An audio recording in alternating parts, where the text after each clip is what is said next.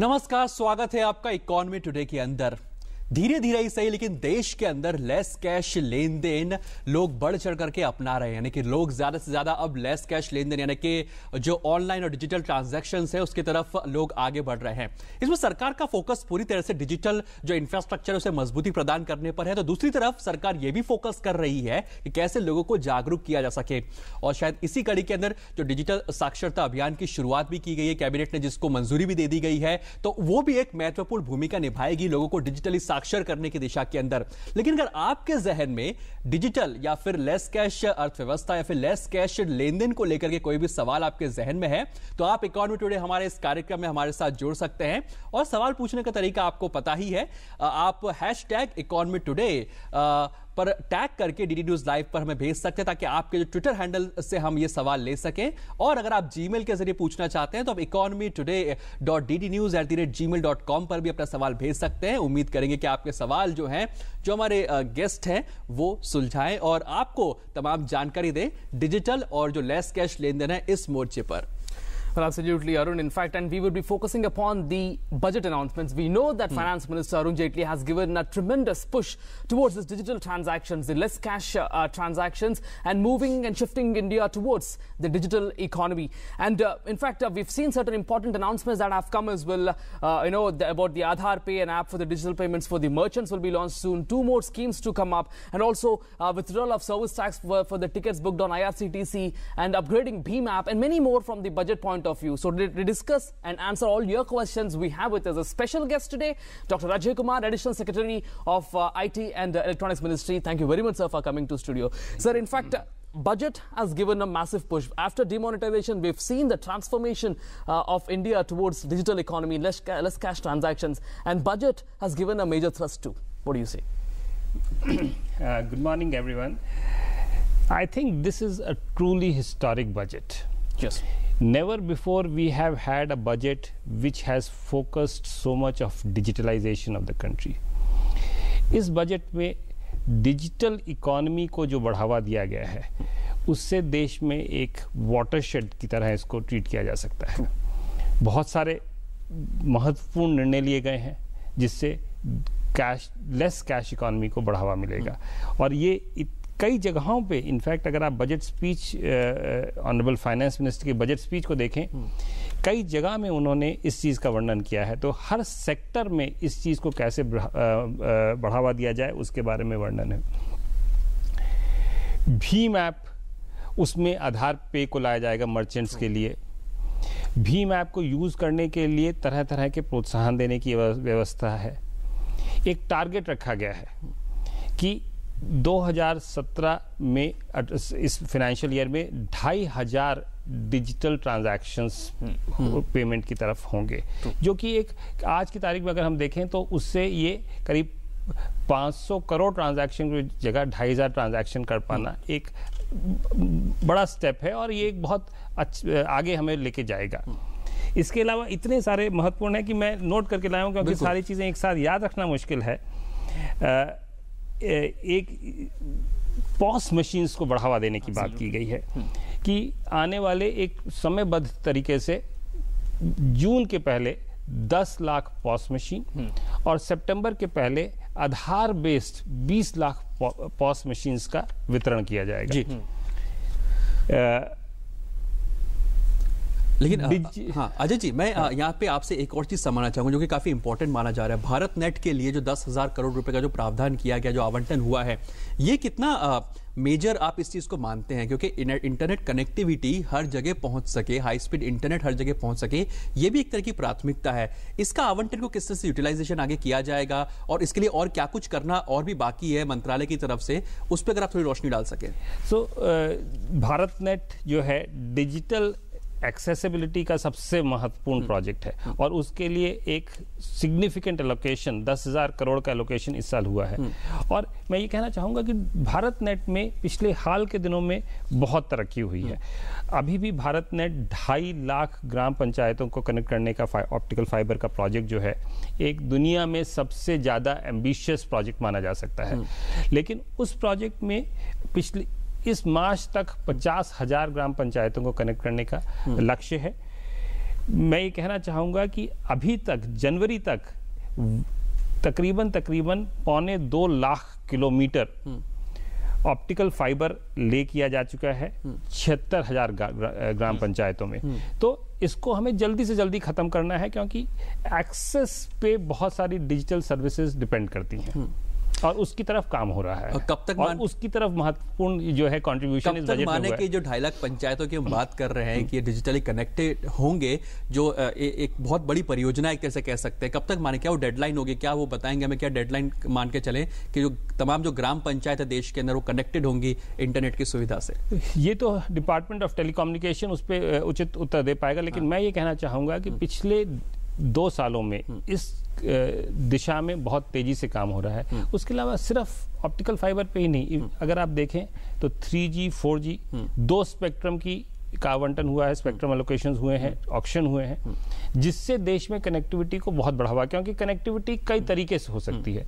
तीसरी, सैटेलाइट के माध्यम से भी कनेक्टिविटी पे जोर दिया गया है और पिछले हाल के दिनों में इंडिया ने बहुत सारे सैटेलाइट अपने छोड़े हैं, जिनसे वेदर के दृष्टिकोण से, स्पेशियल डेटा के दृष्टिकोण से बहुत सपोर्ट मिला है।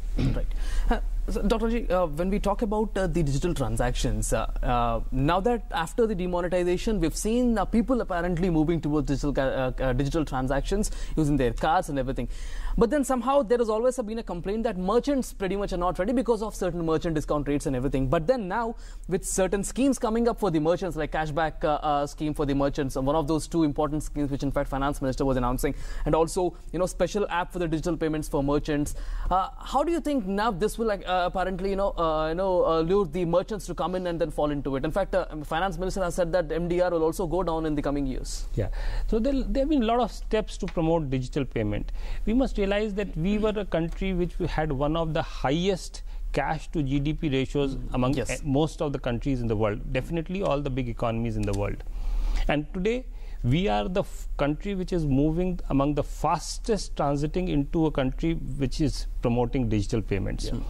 Just to give you the indication of the kind of change that is happening, ever since the decision of November 8, which led to demonetization, there has been in very many cases something like in a 20 to 25% growth in digital payments through UPI, Bheem, USSD, etc.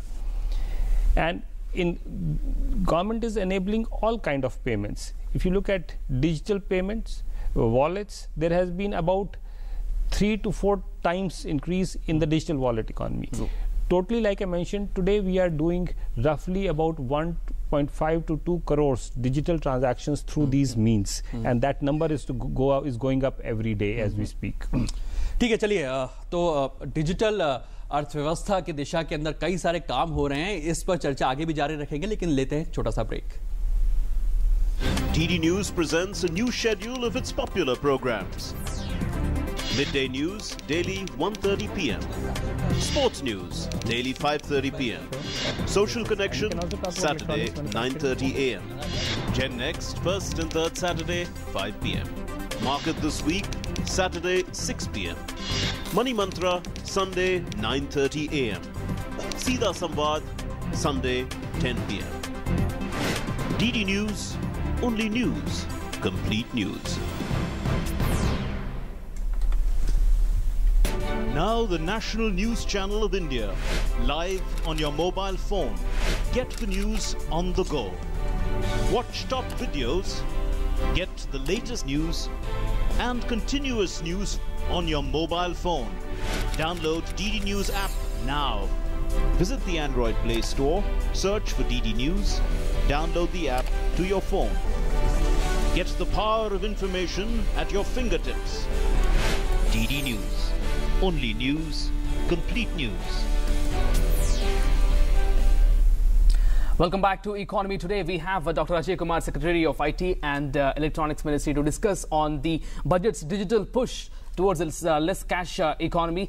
Dr. Ajay, now the other important, rather the revolutionary decision, rather the innovation is to bring this biometric digital transactions. And you were also mentioning that 20 lakh POS terminals which has got this Aadhaar biometric enabled services as well. This will change the whole economy, because now there is no reason, because we know that Aadhaar cards and the registrations as well. How, according to you, will it completely transform the economy? There is no need of any other gadget, apparently. Yeah, so that's a very, very important point you make. And why this is so important is that we have today over 111 crore Aadhaar numbers generated, which covers over 99% of the people, practically 100% people of adult population. True. The second part is that the cost of authentication. See, all the other forms of payment have a cost associated. Today, when you do a credit card payment, there is a MDR of 3%, and so there is a cost involved. In Aadhaar, for example, today when an Aadhaar authentication takes place, the marginal cost of doing that authentication is near zero. Yes. So there is practically zero cost involved with doing Aadhaar. Using Aadhaar authentication, when an Aadhaar payment system comes into being, it is possible to do a very low cost transaction. But the biggest benefit is from the perspective of the actual user. Yes. And especially in rural areas where people don't have modern gadgets, smartphones, etc. still. Or for some reason you are not carrying your smartphone and you go to a shop and you don't have your smartphone. You don't have to have your smartphone. Today you can use your biometrics, your thumb or your iris, and you are able to directly transact from your account into the account to whom you want to make. That is game changer. And the beauty is, I do not think anywhere in the world there is a technology where without any form of electronic gadget you are able to make an electronic payment. Right. And how is the distribution mechanism that will be there? Because 20 lakh terminals, in fact, the merchants will be eagerly waiting. Or will it be the same mechanism? So that also is because the technology has been developed, which will enable a small biometric scanner to be connected to a smartphone. So everyone has the merchants. There's no merchant who doesn't have a small smartphone today. It's costing 3,000-4,000 rupees to buy a smartphone. And a small biometric scanner costing less than 2,000, when inserted with the smartphone becomes a micro POS. Absolutely. This can now be done both through the banks and through the merchants themselves, whichever financial model becomes more acceptable, and we are in process of working out the modalities of that. We will try to make sure that both the modalities ensure widest distribution of Aadhaar POS. Ajay ji, लेकिन एक digital literacy की भी बात चल रही है। Cabinet में मंजूरी मिली है हाल ही में, जो कि ग्रामीण डिजिटल साक्षरता अभियान की शुरुआत करने के लिए। सबसे बड़ा यहाँ पे फैक्टर ये भी आता है कि आपको डिजिटली लिटरेट भी करना है लोगों को। आप बायोमेट्रिक का इस्तेमाल करना बता रहे हैं, अच्छी बात है, लेकिन उस स्क्रीन पे क्या आ रहा है जब ट्रांजैक्शन हो रहा है, तो वो डिजिटली लिटरेट करने की दिशा में कैबिनेट ने एक इंपॉर्टेंट डिसीजन लिया है। लेकिन इस जो बायोमेट्रिक की जो आप बात कर रहे हैं, ये डिजिटली लिटरेट करने का जो काम है, ये मुहिम शुरू हुई है, ये क्या लग रहा है किस तरह से गेम चेंजर होगी? आई थिंक इसी की जरूरत थी एक तरह से इस समय पर। बिल्कुल आपने उचित कहा, और ये एक 360 डिग्री अप्रोच का हिस्सा है कि एक तरफ आप इकोसिस्टम को एनेबल करें, पेमेंट को एनेबल करें, टेक्नोलॉजी से प्रावधान बनाएं, दूसरी तरफ लोगों को सक्षम बनाएं कि उस टेक्नोलॉजी का उपयोग कर सकें। और जबकि शहरों में और उनके आसपास जो लोग शहरों से जुड़े हुए हैं उनके लिए ये बहुत साधारण सी बात होती जा रही है, लेकिन ग्राम प्रदेश में अभी भी बहुत ज़्यादा इसके बारे में लोगों को ज्ञान देने की आवश्यकता है। और उसी के लिए हाल में ही कैबिनेट ने प्राइम मिनिस्टर ग्रामीण डिजिटल साक्षरता योजना के तहत 6 करोड़ हाउस होल्ड्स को, तकरीबन अगर आप 4 से 5 लोग का एवरेज लगाएं तो 30-35 करोड़ लोग इसमें कवर हो जाएंगे, उनको डिजिटल साक्षर बनाने का प्रोग्राम अप्रूव किया है। और इस डिजिटल साक्षरता प्रोग्राम का एक अभिन्न अंग है कि उनको डिजिटल पेमेंट के बारे में ट्रेनिंग दी जाएगी, उनसे डिजिटल पेमेंट कराने का उनको जोड़ा जाएगा, ताकि वो लोग जो है आने वाले समय में ज़्यादा से ज़्यादा, आज की तारीख में बहुत सारे payments direct credit benefit transfer हो रहा है अकाउंट में। मनरेगा के 8 से 10 करोड़ जो वर्कर्स हैं उनके लिए उनके वेजेस हर हफ्ते डायरेक्टली उनके अकाउंट में जाते हैं। वहाँ से अब वो आधार के बेसिस में कुछ सामान खरीदने गए किराने पे या पीडीएस शॉप पे, they can buy directly, kerosene लेने गए, they can buy directly using their, उसमें कैश की आवश्यकता नहीं है। और ये ट्रांजिशन की तरफ हम लोग धीरे धीरे बढ़ रहे हैं। अच्छा, इसमें एक और चीज़ निकल करके आती है, जो रीजनल लैंग्वेजेस हैं देश के अंदर, क्या उस बेसिस पे भी जो आपका इंफ्रास्ट्रक्चर है कि जो बायोमेट्रिक मशीन हो गई या फिर जो आपका जो प्लेटफॉर्म हो गया उसको डेवलप किया जा रहा है? और दूसरा मेरा सवाल इसी में है, जो मशीन्स है, जो इंफ्रास्ट्रक्चर आप प्रोवाइड करा रहे हैं जो मर्चेंट्स को या लोगों को, इसकी कॉस्ट कब तक हम मान के चले और भी कम होती चली जाएंगी? इसको हम किस तरह से डिफाइन करेंगे? क्योंकि इलेक्ट्रॉनिक्स मैन्युफैक्चरिंग की जहाँ तक बात की तो इन प्रोडक्ट्स की जो कॉस्ट है वो कब तक कम होने की संभावना है? और भी तो दोनों ही बहुत महत्वपूर्ण प्रश्न है आपके। एक तो रीजनल लैंग्वेज का होना बहुत ज़रूरी है, और आज की तारीख में जितने भी ऐप्स बन रहे हैं वो शुरू तो इंग्लिश से हो रहे हैं, लेकिन चूंकि उनको जैसे जैसे देश के दूसरे इंटीरियर हिस्सों में जा रहे हैं वो वहाँ पे प्रांतीय भाषाओं के लिए उसमें उन ऐप्स को तैयार कर रहे हैं। और ये सारी भाषाओं में टेक्नोलॉजी की तरफ से इसमें कोई खास कठिनाई नहीं है, वो उसको अब धीरे धीरे उस पर काम चल रहा है और वो आगे बढ़ेगा। दूसरी तरफ है कीमत कम करने की। इस बजट में फाइनेंस मिनिस्टर जी ने दो बहुत महत्वपूर्ण कदम उठाए हैं। उन्होंने एक तो सारी ड्यूटीज पॉज के ऊपर से हटा दी है, जिससे करीब करीब सब ड्यूटीज मिला के 17, 18, 19, 20% का फर्क पड़ता है। तो तकरीबन 20% कॉस्ट उसकी वजह से पॉस मशीन्स की कम हो गई है।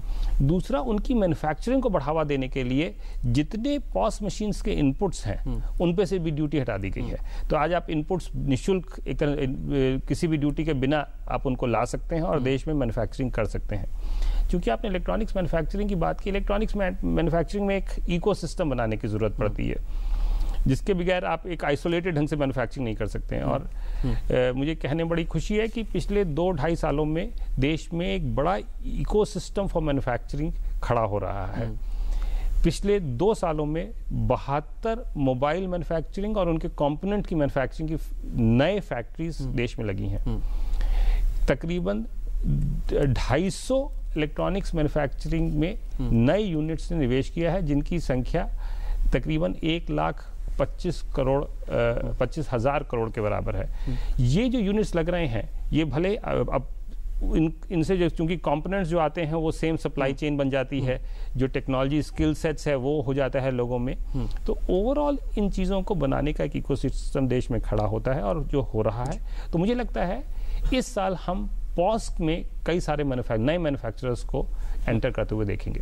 Well, absolutely. We'll slip into a short commercial break. After the break, we'll be coming back and the discussion will be on. Don't go anywhere. Stay tuned. तस्वीरें जो बयां करती हैं हकीकत, हालात जिनसे जुड़े हैं आपके जज्बात, जुनून जो बदल सकता है देश की तस्वीर, खबरें जो आपके लिए जानना है जरूरी। खबर दिन भर हर शाम 5 बजे सिर्फ डीडी न्यूज पर।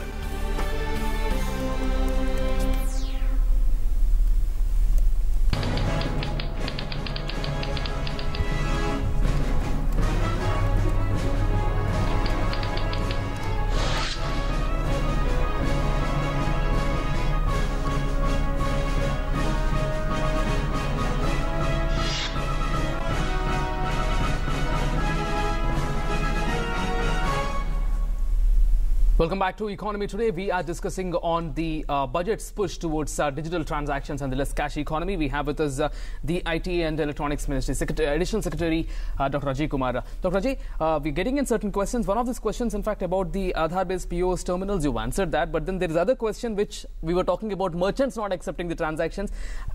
This doubt is always there. In fact, will merchants accept it not? But what are the measures taken to promote these merchants to come towards digital transactions apart from the existing thing? If you can throw some more light on this whole concept. I think one of this is also the fact that it's a matter of habit. Absolutely. In this country we have had a habit where small merchants have been typically handling cash and people are used to paying cash for various reasons. What is one of the important steps which government has done is to make it more attractive for merchants to receive money digitally. Presumptive tax has been reduced from 8% to 6%, which if you see for a set of calculations, it could lead to 50% reduction in the tax liability of a small merchant who is in the range of 25 lakhs or so, whose income is in that range. So it is now becoming more and more incentive compatible for merchants to actually receive digital payments, show their income, and thereby pay less tax, have all the money which is white, and therefore we hope to see that more and more merchants are going to do it. Second is, in this budget, transactions above 3 lakhs have now not been allowed. Absolutely. So that will again, disincentivize anyone who wants to do cash transactions. Similar measures, and from a government side today, government is planning that all payments above a certain amount will be made electronically, and so forth. So there are several measures in this budget itself which encourage digital payments both by merchants and by people, and I think this will make a huge difference. Right. And Dr. Rajiv, you were talking about the electronics manufacturing, a major boost given to the electronics manufacturing as well, and then it is directly in fact connected to this digital push as well, because you were mentioning about the POS terminal manufacturing, also even the mobile gadgets manufacturing, everything falls into this this whole thing. Now, for the startups point of view, what exactly do you think will it be encouraging to the startup entrepreneurs who want to come into this business of manufacturing these gadgets, which would be used for biometric transactions? So startups is another very, very important area, and we are seeing tremendous amount of interest in startups today. In India, we are seeing at least 3 to 4 new startups every day on average. About 1,000 startups are happening only in the area of electronics and IT, and this is one of the fastest anywhere in the world right now. We are also, in this budget, the finance minister has specifically, last year there was a great push and large number of incentives were given as both as part of Startup India action plan as well as in the budget. This year there were 1 or 2 small things which the startup community had raised, and the Honorable Finance Minister has actually resolved those issues. For example, the tax benefit which was till now available, 3-year tax benefit was available for 5 years. Startup community had a feeling that startup है, धीरे धीरे चलते चलते उसमें profit आते आते 7 साल लग सकते हैं. So he's increased that period window from 5 years to 7 years.